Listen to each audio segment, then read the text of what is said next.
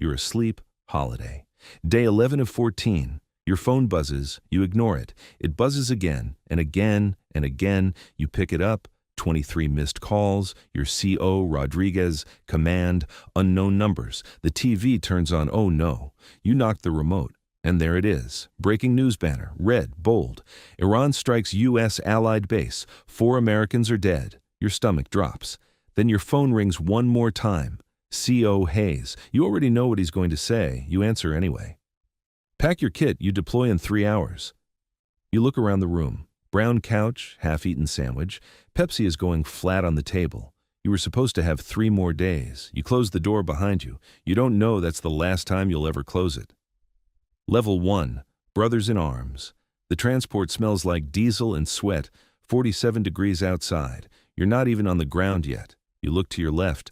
Peter Harrison. Boston accent, stupid grin. Your best friend since basic training. He's chewing gum, always chewing gum. You look like hell, he says. You look worse, you reply. He laughs. That laugh, you've heard it 1,000 times. In the barracks, in the mess hall, in the middle of firefights, when nothing should be funny. Peter doesn't care. He laughs anyway. 12-man op, he says. In and out, 72 hours, easy money. You don't believe him, he doesn't believe him either. But that's Peter. He lies to make you feel better. The aircraft lands, dust everywhere, sand in your teeth, sand in your lungs. Peter slaps your shoulder. Stay close, yeah? You nod. You always stay close. Level 2, the last conversation. Day 1, night patrol. The desert is silent. Too silent. Peter is walking beside you, 10 feet, standard spacing. You ever think about after? He asks. After what?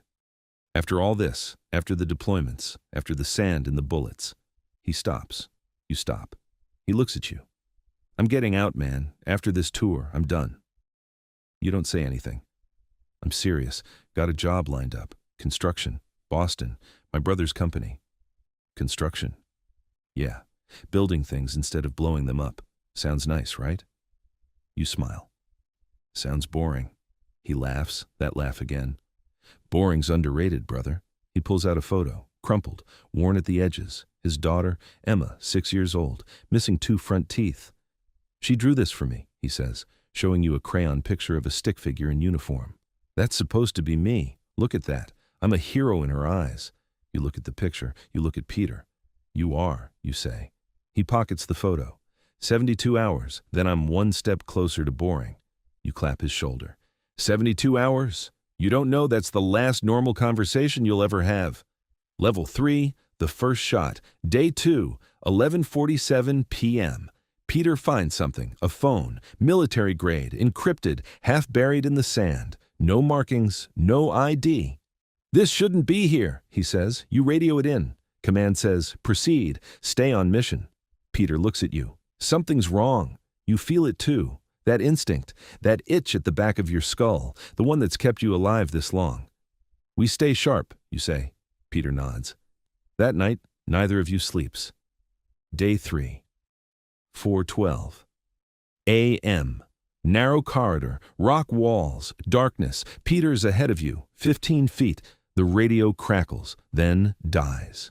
Peter raises his fist. Everyone stops. 3 seconds of silence. Then, hell, explosions on both sides. Gunfire from above. They knew the route, the timing, the exact position. Someone sold you out. You return fire. You scream into the dead radio. Peter is moving.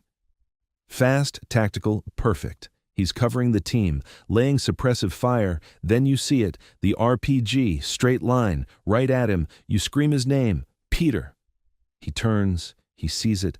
Time slows. He looks at you one last time, that stupid grin. Then, white light. The shockwave throws you back. Your ears are ringing. Your vision blurs. You crawl forward. You find him, face down, not moving. You turn him over. His eyes are open. Hey, no, stay with me. Peter, stay with me. He coughs, blood on his lips. Emma, he whispers, you're going to tell her yourself. You hear me? You're going home. Boring job. Boston, remember? He tries to smile. He can't. His hand grips yours. Tight. Then, nothing. His hand goes limp. You hold it anyway. You don't let go. You don't let go until someone drags you away, but there's no one left to drag you, because you're alone. Level 4, the weight of one. You count the bodies. 1, 2, 3. Peter is number 12. You are 13, the last one. You sit there, in the sand, in the blood. Peter's photo's on the ground. One of Emma. You pick it up. It's covered in dust. You wipe it clean. You put it in your pocket. I'll tell her, you whisper. I'll tell her you were a hero. You stand up. The facility is 4 kilometers north. 11 men got you this far. Peter got you this far. You move, alone. Level 5. Ghosts don't stop. No radio, no backup, no plan, just rage. You move through the desert like something inhuman. 6 hours, no rest, no food, just water and hatred. You reach an enemy patrol, 2 men, laughing, smoking. They don't see you. They never do. You kill them both. Silent, fast, clean. You take their radio, broken signal, fragments, but you hear enough. Bravo team eliminated. Threat neutralized. They think you're dead. You smile. Dead men make the best killers. Level 6, the reckoning. You reach the facility at 4:47 a.m., exactly 72 hours. You are 1 man, 41 rounds, 2 grenades, and Peter's voice in your head. Stay close, yeah? You're close, brother. You're right here. First guard, knife to the throat, second to broken neck, third, his own gun. You move like a shadow, like death itself. Inside the facility, 12 hostiles. You set the grenade. 4-minute timer. Communications room. 3 men. You clear it in seconds. You access the server, and there it is. Bravo team's route. Uploaded 16 hours before deployment. Someone in command sold you out. Someone killed Peter. You download it. Pocket the drive. The explosion rocks the building. Alarms. Shouting. Chaos. You move to exit. The commander, tall, scarred, cold eyes, sees you.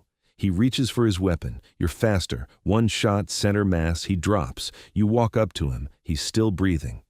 This is for Peter, you say. 2nd shot, head. You don't look back.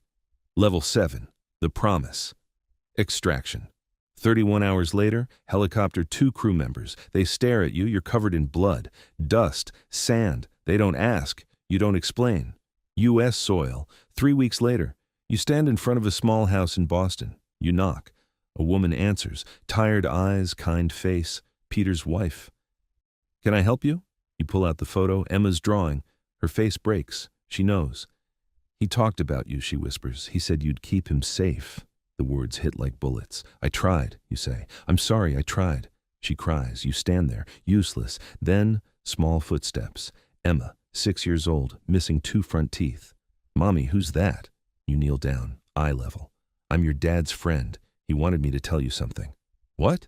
That you're his hero and he's watching over you, always. She hugs you. You weren't ready for that. You hold her. You break. You return to your apartment. Brown couch, flat Pepsi, same as you left it. You sit. You pull out Peter's photo. You put it on the table. Next to it, the drive, the proof, the truth. Your phone rings. Command. You don't answer. You're done. Peter's last word was a name. Emma. Not a mission. Not a country, a name. That's what matters. That's what you'll remember.